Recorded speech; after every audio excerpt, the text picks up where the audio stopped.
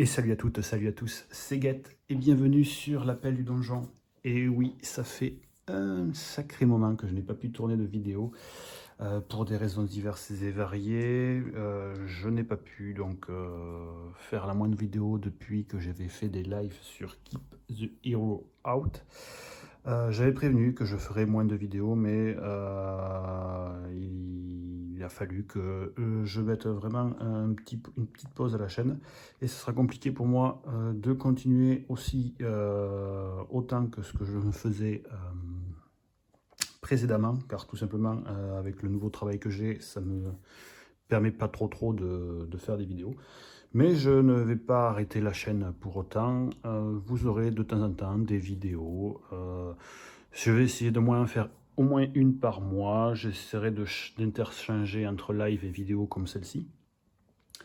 Et de toute façon, si jamais il y a des lives, vous serez prévenu à minima 3-4 jours avant pour que vous sachiez quand est-ce qu'il y aura le live. Bref. Fin de cette petite intro. Aujourd'hui, je vais vous présenter des livres. Alors, comme quand on était à l'école, je vais vous présenter 5 livres qui ont tous un point commun. Ce sont des livres qui se permettent de jouer ou d'avoir une expérience de jeu de rôle en solo. Alors plus ou moins vous verrez qu'il y a certains jeux que ça reste plus des jeux à eux-mêmes que des jeux de rôle, mais malgré tout vous pouvez toujours avoir un petit sentiment, une petite sensation si vous avez envie de faire du roleplay sur ces jeux-là.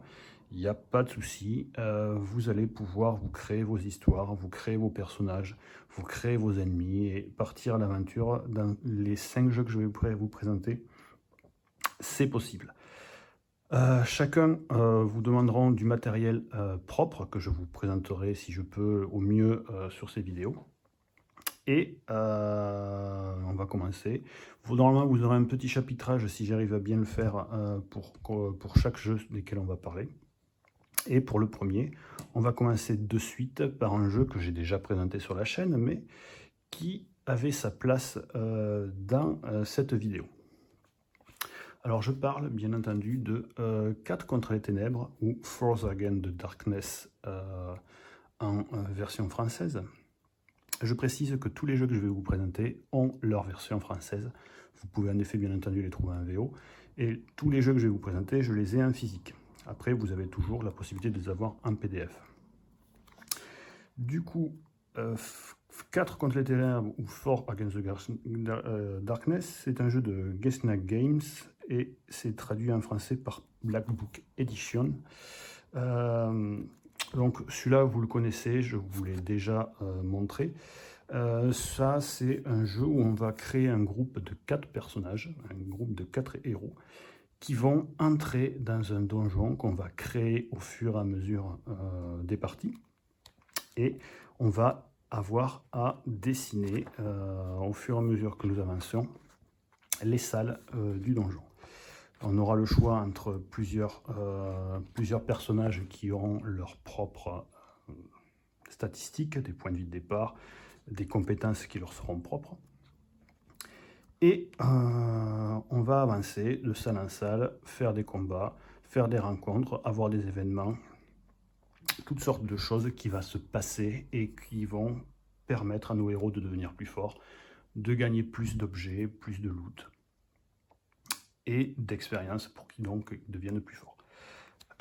Celui-ci, c'est pas vraiment du jeu de rôle, c'est plus vraiment un dungeon crawler classique, bien que moi, vous me connaissez, j'adore ça.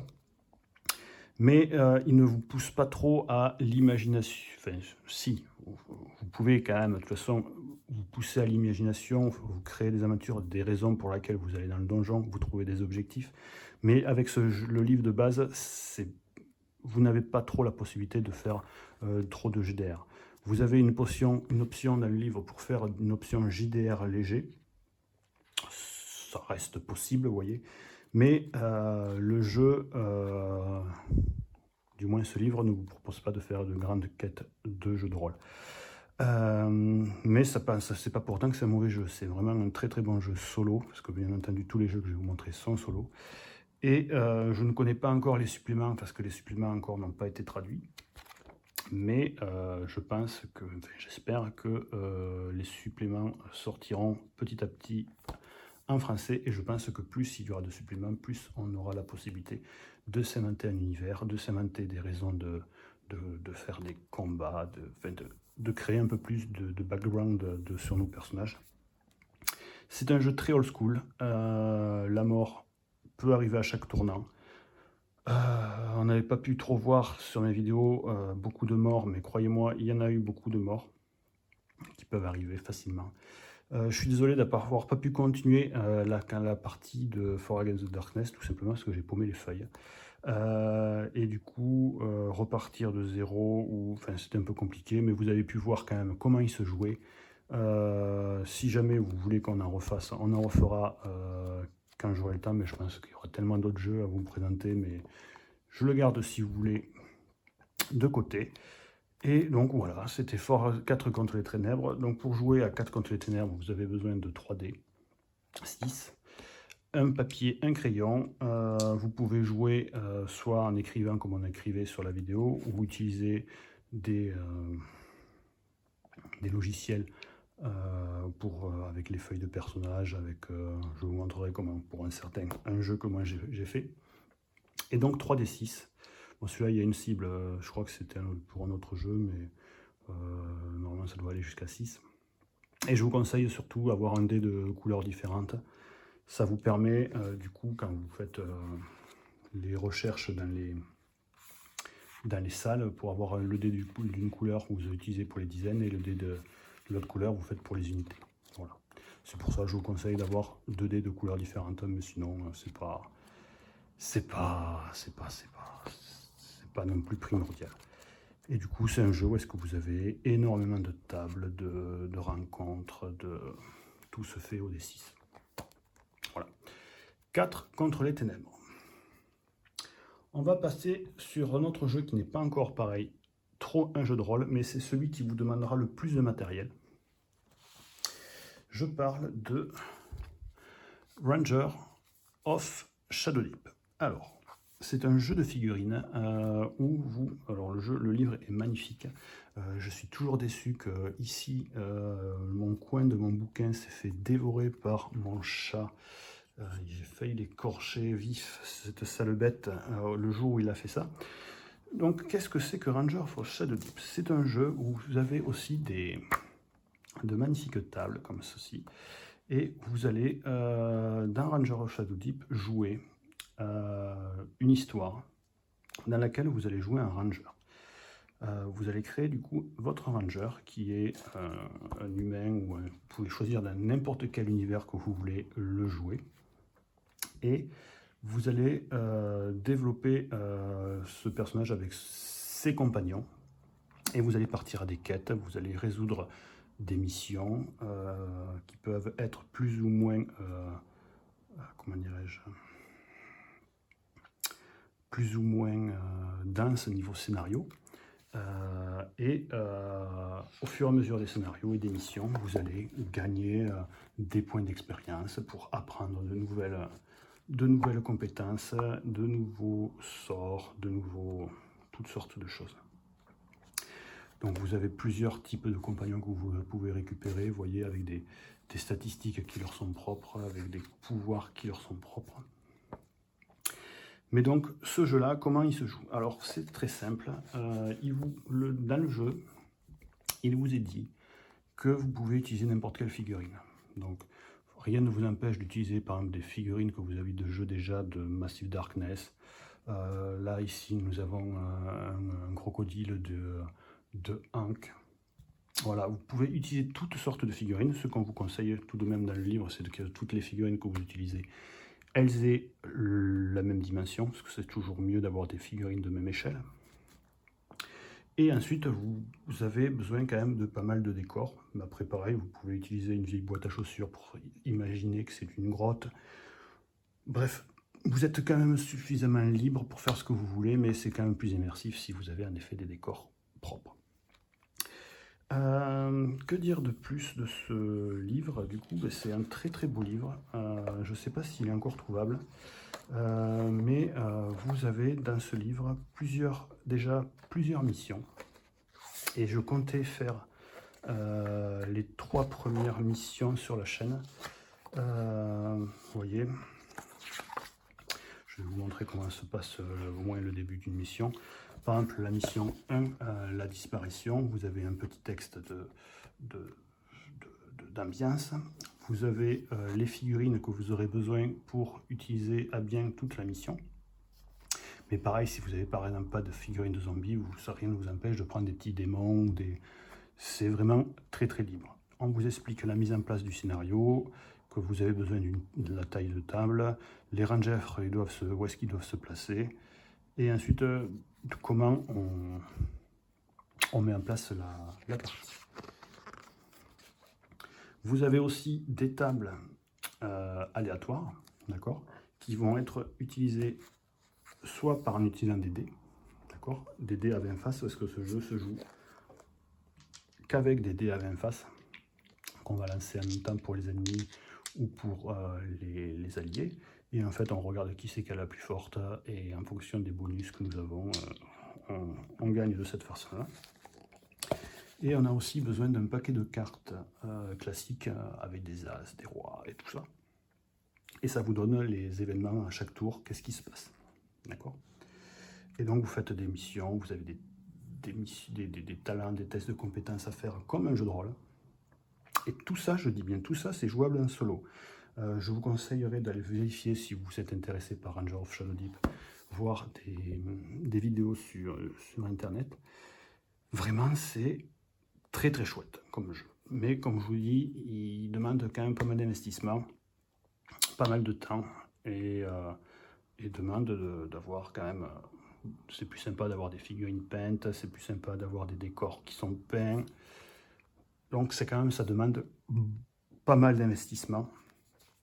Et je pense que j'en ferai quand même peut-être au moins une partie dès lors que j'aurai trouvé les figurines que je veux, et je voudrais que tout soit peint quand je voudrais vous montrer la vidéo de Rangers of Shadow Deep. Donc j'ai pas dit, c'est un jeu de Joseph A. Machmlouk. Désolé si je me suis trompé dans le nom. Illustré par Barrett Stanley. C'est vraiment, par contre, c'est un très très bel objet. Vraiment, c'est magnifique. C'est vraiment très très beau. Il y a pour le moment 2 suppléments qui ont été traduits en français. Je ne les ai pas, j'ai que le livre de base. Les 2 suppléments rajoutent essentiellement des missions en plus et des nouvelles règles, par exemple un pour la magie, pour accentuer un petit peu la magie. Mais après, vous pouvez trouver énormément de scénarios qui sont proposés par les fans. Vous avez un groupe Facebook dédié à Rangers of Shadow Deep où vous pouvez télécharger énormément de scénarios. Vous avez, je ne l'ai pas dit, mais il y a aussi un groupe francophone super pour 4 contre les ténèbres, où vous pouvez télécharger des feuilles de perso, des aides de jeu, bref, poser des questions sur ce groupe, ils sont vraiment géniaux. Donc voilà, pour Rangers of Shadow Deep, je le conseille vraiment, ou juste si vous voulez le lire, le feuilleter, il n'y a pas de souci. Ils ont aussi une gamme de figurines propres à eux. Voilà, ce sont ce type de figurines-là qui a des photos, c'est des vieilles figurines un peu old school, mais elles sont quand même relativement sympas. Voilà. Donc, Rangers of Shadow Deep, un très très bon jeu de figurines, d'aventure et un peu de jeu de rôle. Maintenant, on va passer plus dans les vrais jeux de rôle, solo cette fois-ci. Alors, je vais vous présenter le tout premier que j'ai essayé parmi les autres que j'ai à vous proposer. Ça s'appelle Ronin. C'est un jeu de Thiago Junges, je ne sais pas le nom, par Cosina Verde. Et du coup, c'est un jeu qui va nous mettre dans la peau d'un Ronin. Et vous voyez, c'est vraiment pas un jeu très épais. Il n'est pas très cher, il coûte 10 €.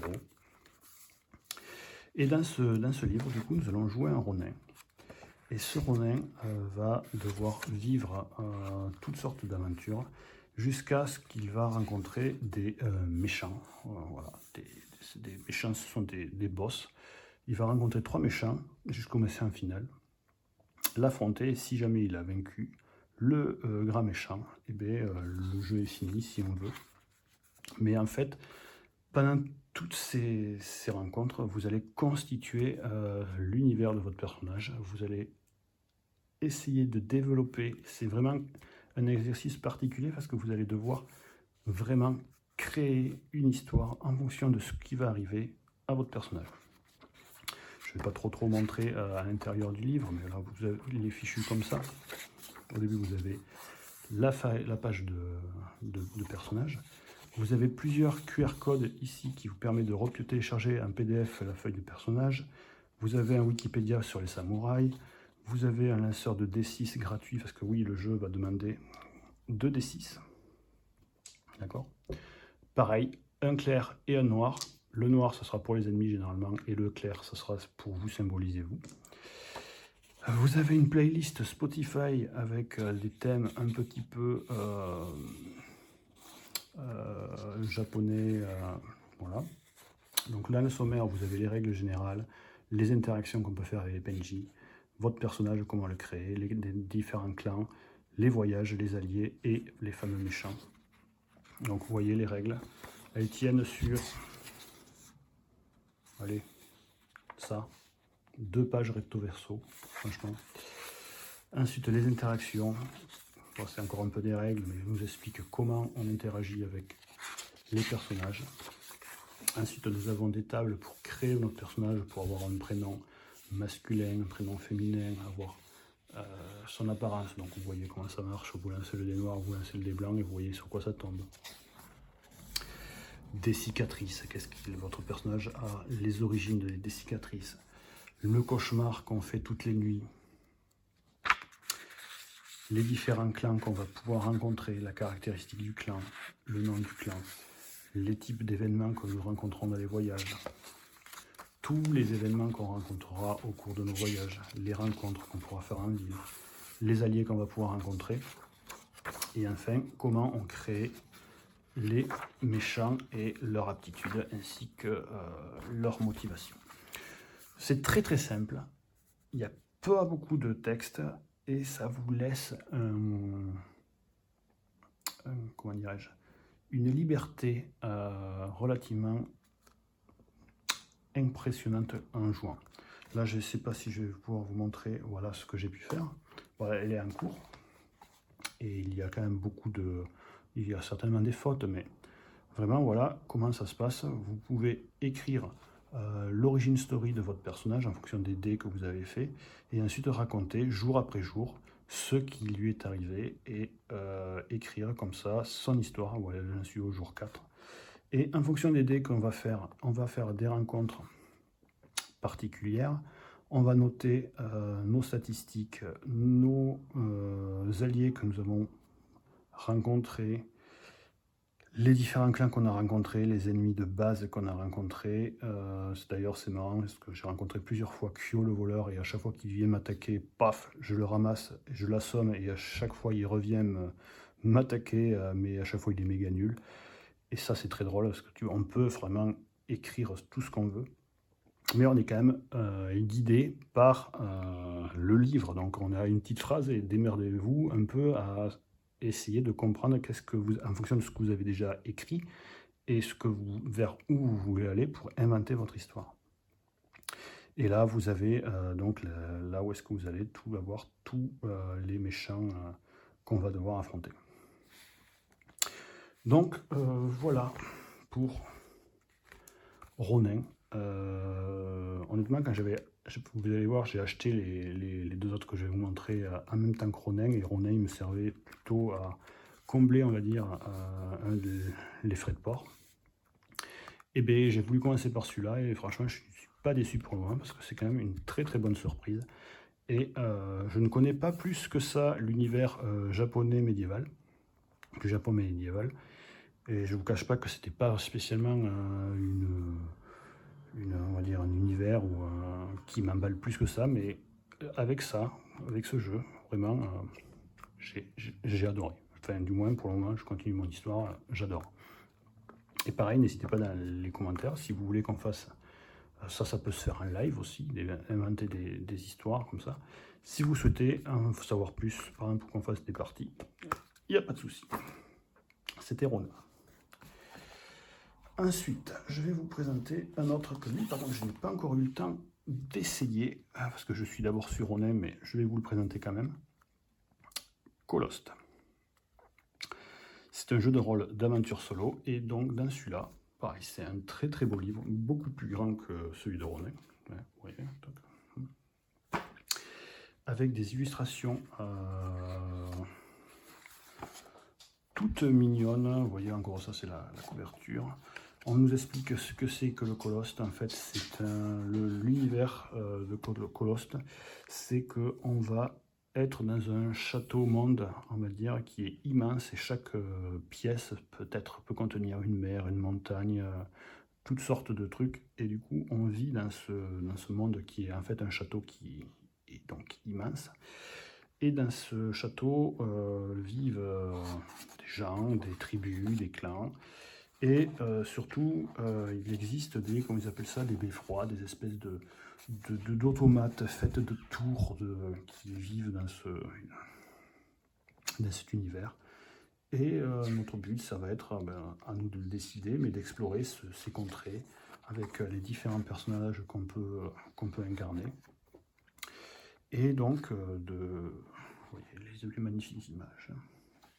Donc on va explorer, on va devoir se battre. Il y avait encore plein de tables de rencontres aléatoires qui vont donc, c'est un peu plus à la manière de Ronin, où en fonction de sur quoi on va tomber, on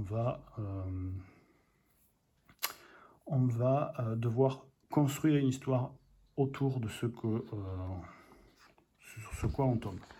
Voilà, des rencontres en pleine mer, des tables de météo, vous voyez les villes, ça fait très un petit peu jeu de rôle un peu à la JRPG japonais, je trouve, un peu à la Zelda, ou voilà, les différentes guildes qu'on peut rencontrer, les tavernes et tout ça, les objets, les marchands qu'on peut trouver. Donc voilà, toutes sortes de magnifiques histoires. Donc ce jeu-là ne se joue par contre pas du tout avec des dés. Il se joue, bon, j'ai pris ce jeu de cartes avec, mais il se joue avec un jeu de cartes classique. Et j'ai voulu prendre, quitte à que ce soit un peu plus immersif, et peut-être je me servirai aussi maintenant de ce jeu de cartes quand je jouerai à Ranger of Shadow Deep, avec des très belles illustrations qui vont bien avec l'univers de Colost. Et du coup, voilà, donc en fait, vous jouerez avec ça, vous ferez des combats avec des cartes, vous ferez de l'exploration avec des cartes, vous découvrirez les différents événements avec des cartes, et tout va se jouer comme ça. Donc celui-là, je n'ai pas eu encore, je suis encore en train de lire bien les règles. C'est le seul que pour l'instant, dans tout ce que je vais vous présenter, que je n'ai pas eu encore l'occasion de tester. Mais croyez-moi, il me tarde beaucoup c'est un peu compliqué à se fermer, de l'essayer. Pour celui-là, je me suis pris aussi le journal de l'explorateur de Colost, où en fait on peut voir, on a les différentes statistiques, on a les différentes stats, où on peut dessiner un petit peu la carte et des entrées de journal pour écrire. Voilà. Comme ça, je pourrais suivre les aventures de mes héros plus facilement. Ou sinon, en bas, il y a carrément d'autres pages différentes. Donc, Colost, un jeu, celui-là il est plus fantasy. Hein. Le Ronin était plus Japon médiéval, quoique il y a quand même des créatures fantastiques, il y a des Oni, il y a toutes sortes de créatures merveilleuses. Mais donc voilà, Colost, lui, j'ai pas encore pu trop le tester. Mais franchement, je suis très très curieux d'y jeter un œil. Je vais maintenant vous présenter le tout dernier livre de la vidéo. Et si certains connaissent un petit peu, je pense, les moves du moment, ils doivent savoir duquel je parle. C'est le plus joli, je trouve, bouquin que j'ai de ma bibliothèque maintenant. Il s'appelle Chronique d'un vampire millénaire. Alors, qu'est-ce que Chronique d'un vampire millénaire? Eh bien, on va devoir jouer un vampire du moment où il a été créé un vampire et au moment où il va mourir. C'est un jeu de Tim Hutchings et c'est quand même là de suite, c'est un jeu un peu plus gamer comparé, je trouve, aux autres que je vous ai présentés. Même si ce n'est pas non plus très compliqué, mais les thèmes abordés vont être un peu plus sombres. Alors, Chronique d'un vampire millénaire vous explique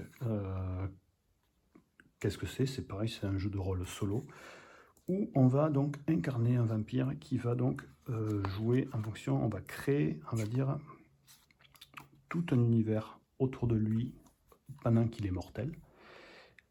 Et il va rencontrer quelqu'un qui est immortel, il va lui donner, il va le maudire ou lui donner ce don d'être un vampire.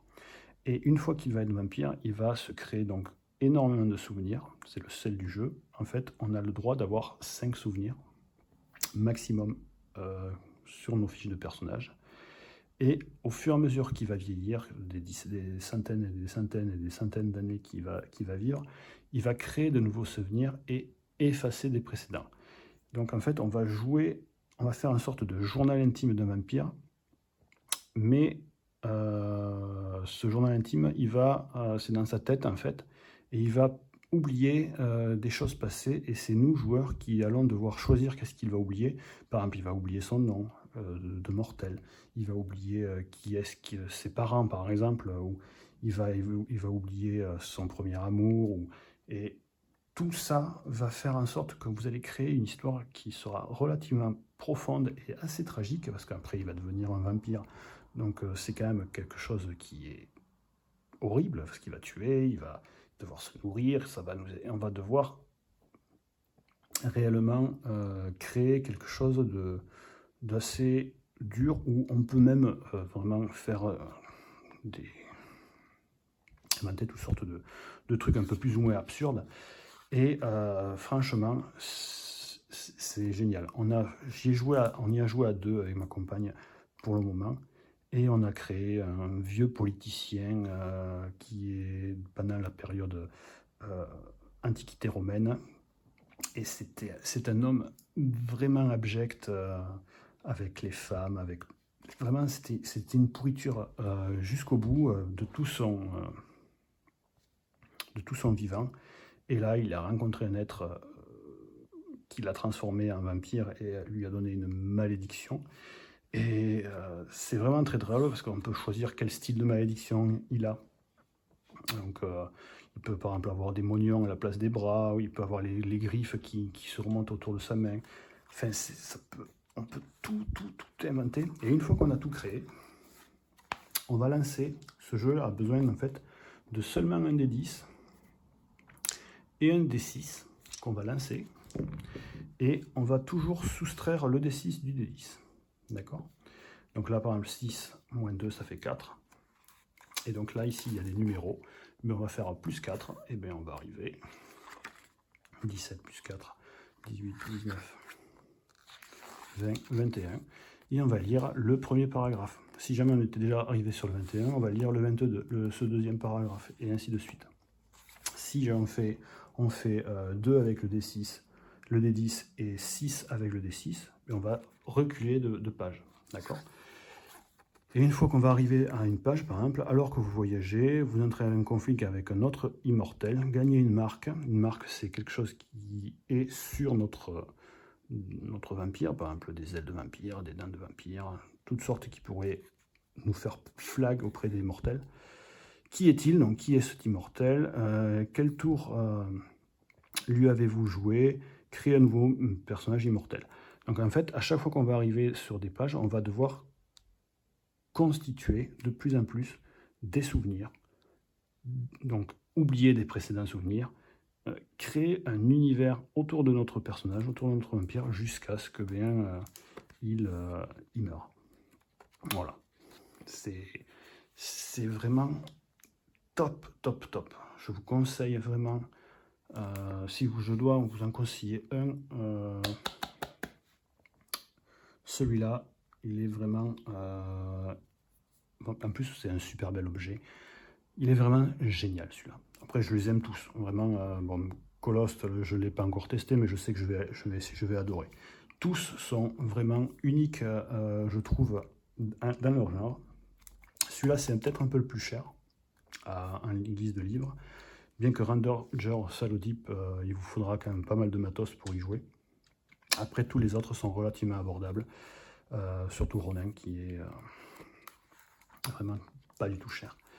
Et du coup, vous allez avoir toutes sortes, tout plein de tables comme ça, aléatoires, pour pouvoir vivre et passer les âges et les siècles.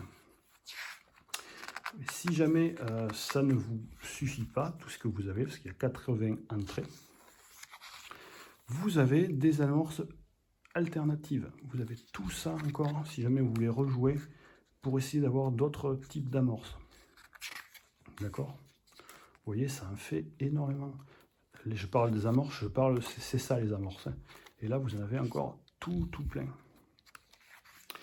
Ensuite, vous avez différents types d'annexes. Vous avez, si jamais vous n'avez pas les dés, vous pouvez jeter une pièce ou faire tomber un doigt sur un numéro pour savoir à combien de pages vous avancez.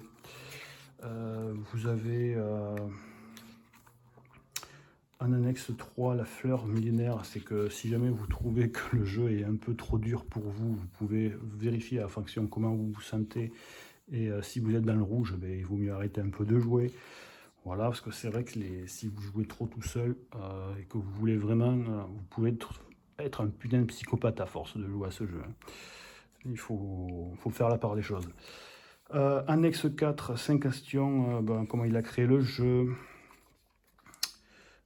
Suggestion pour jouer, il y a des possibilités pour jouer en groupe avec ma compagne. On joue comme on y jouerait en solo, mais on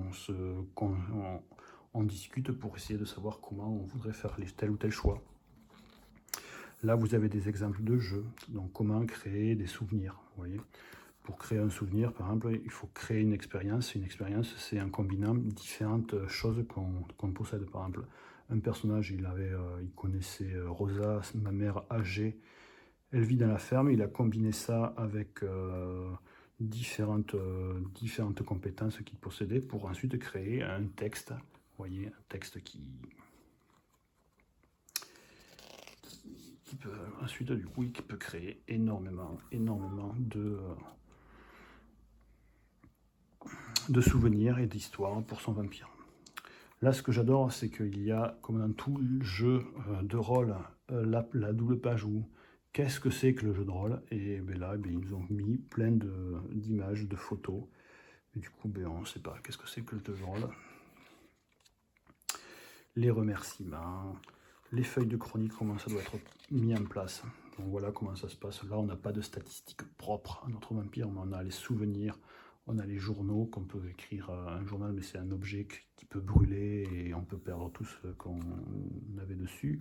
Des compétences, ça peut être arrogant, ça peut être fort à l'épée, toutes sortes que le vampire pourra faire. Les ressources, ça peut être toutes sortes de biens qu'il possède ou des titres.